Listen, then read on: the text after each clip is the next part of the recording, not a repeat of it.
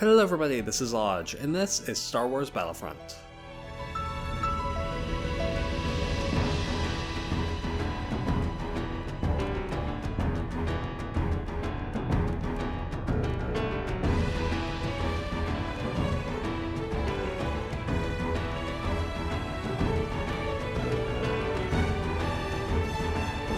Star Wars Battlefront is both a third-person and first-person shooter that originally released on September 21st, 2004, on the original Xbox, PlayStation 2, and PC, among other platforms down the line. I am playing the Xbox version on the Xbox Series X with the original disc, and I just think it's so cool that I can use the original Xbox discs on this console without any issues and a better resolution. If you want to play this game today, you can buy the version on Steam or buy the Xbox version through the Xbox Store. Battlefront was developed by Pandemic Studios, and was released during a time when there were so many Star Wars games coming out one after the other. Maybe there were some movies or something that made that happen. I originally got both this game and the second game off of eBay like 10 years ago, when I was super into older Star Wars games, and I'll be honest, I played the single player mode of this game and then immediately went on to Battlefront 2 to play that game a ton, so I don't have a ton of memories of this first game, so I thought I would come back to see how much it held up after releasing 19 years ago. I'll be covering the single player modes of this game since I have no friends to play split screen with, and I'm pretty sure all the servers were shut down years ago, though the basic game is roughly the same without multiplayer.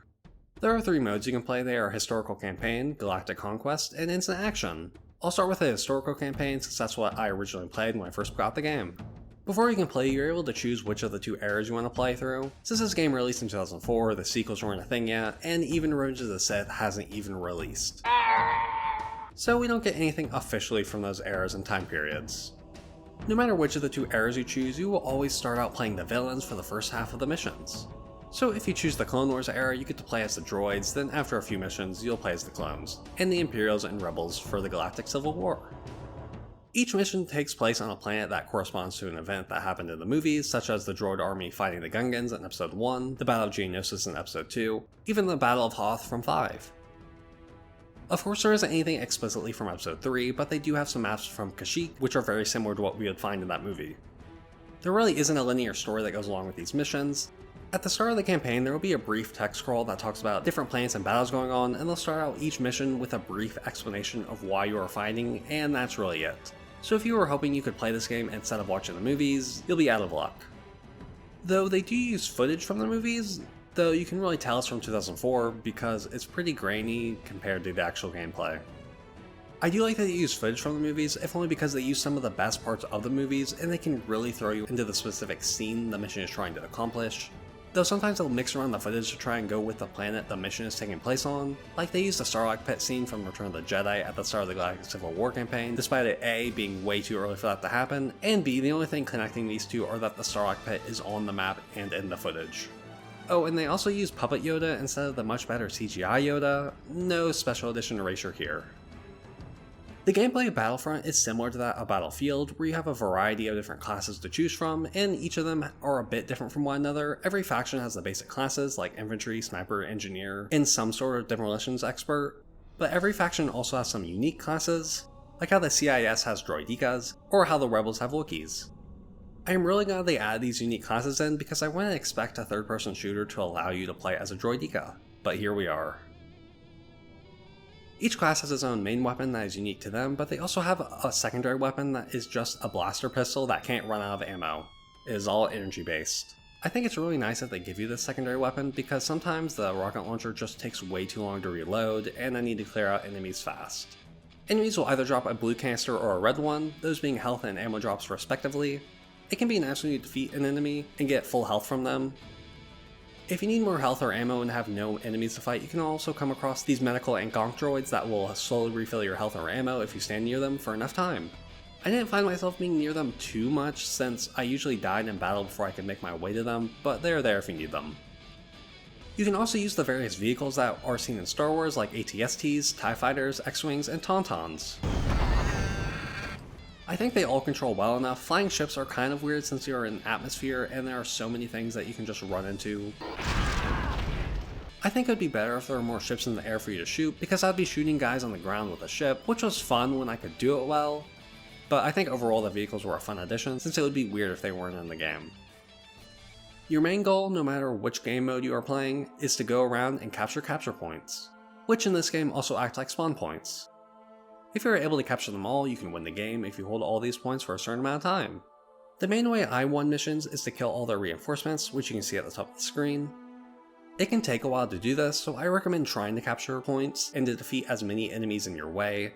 Also, once you get down to like 5 enemies, the map can feel super empty for some reason, even though a minute ago you could see so many different enemies. I don't know, maybe the difference between 15 and 5 is just much bigger than I would have thought. There was only one time where I lost, and that was on Geonosis, and all my reinforcements died off. Which is really annoying since these games can take a while to finish. Thankfully, there are a variety of planets to play on, though some get reused with different maps. You can play on classic Star Wars worlds like Naboo, Yavin 4, Renvar? I've never heard of this planet. Okay, after a bit of googling, I found out that Renvar was a planet that was mentioned quite a few times in Legends canon, even getting Codex entry in KOTOR. It even got a mention recently in canon, but why is this planet in Battlefront? Like, I thought it was the planet that was in Revenge of the Sith with Kai Mundi, with them somehow knowing that planet would be a thing, but no. I don't know, this was such a weird choice, but I guess they didn't have any snow planets? Oh wait. The maps are fairly big and it felt like there were little battles going on no matter where on the map you were. There was never much time between moments of action, which is good. Despite the historical campaign following the events of the movie, it can also take some liberties in what battles actually happened, like the Separatists' attack on the Wookiees before the clones were put in service, or the battle on Yavin 4 during the destruction of the Death Star, which just didn't happen as far as I know. But I do like that they aren't trying to stick 100% to canon battles because it can create some interesting scenarios and gives a reason for certain maps to be used. After you complete all the missions, you get another movie clip that ties it all together, like the celebration on Naboo from Phantom Menace. As you are completing missions, you can unlock concept art and cool stills. It is neat that we get stuff like this in the game, especially from the early 2000s. And I do like the historical campaign, even if it is a bit bare bones compared to other single player campaigns. But I do love how easily you're able to replicate the events of the movies, like taking AT-ATs down on Hoth. On to the next mode, Galactic Conquest, a staple in the first Battlefront games. However, when I originally played this years ago, I didn't really play this much, especially compared to the Galactic Conquest that was present in Battlefront 2. Luckily, there's a short video that explains this mode. Okay, fine, I'll explain it myself. So you're able to choose which army you want to command, along with the maps you'll be fighting on. There are even some that you can unlock later for even more replayability. Basically, you go along and fight battles along all the planets to try and win and conquer them all. As you do, you're able to get planetary bonuses that can give you an edge in the next battles. Every faction also has a special ability that can be used after 4 victories. For example, the Empire can use the Death Star to obliterate rebel planets. Overall, I think it's a cool little mode that can give you a lot of battles with more purpose than just instant action. I do prefer the Galactic Conquest scene in Battlefront 2, but I'll talk about that in another video. On to instant action, which is just a way for you to set up different maps and factions just to play. It would be kind of weird for a shooter game not to have any way to make a custom game, so I'm glad it's here. You can also load in different maps in a row if you just want to play through a set of them, which is cool. And that is all the single player modes. Not super in-depth, but for a game that released almost 20 years ago, it's nice that we get a variety of modes that showcases the gameplay well enough. My favorite classes ended up being the basic infantry unit, the Droideka, and the Dark Trooper. I thought they were all so fun, and they didn't seem to have any of the downsides of other classes like the Arc or Jet Trooper.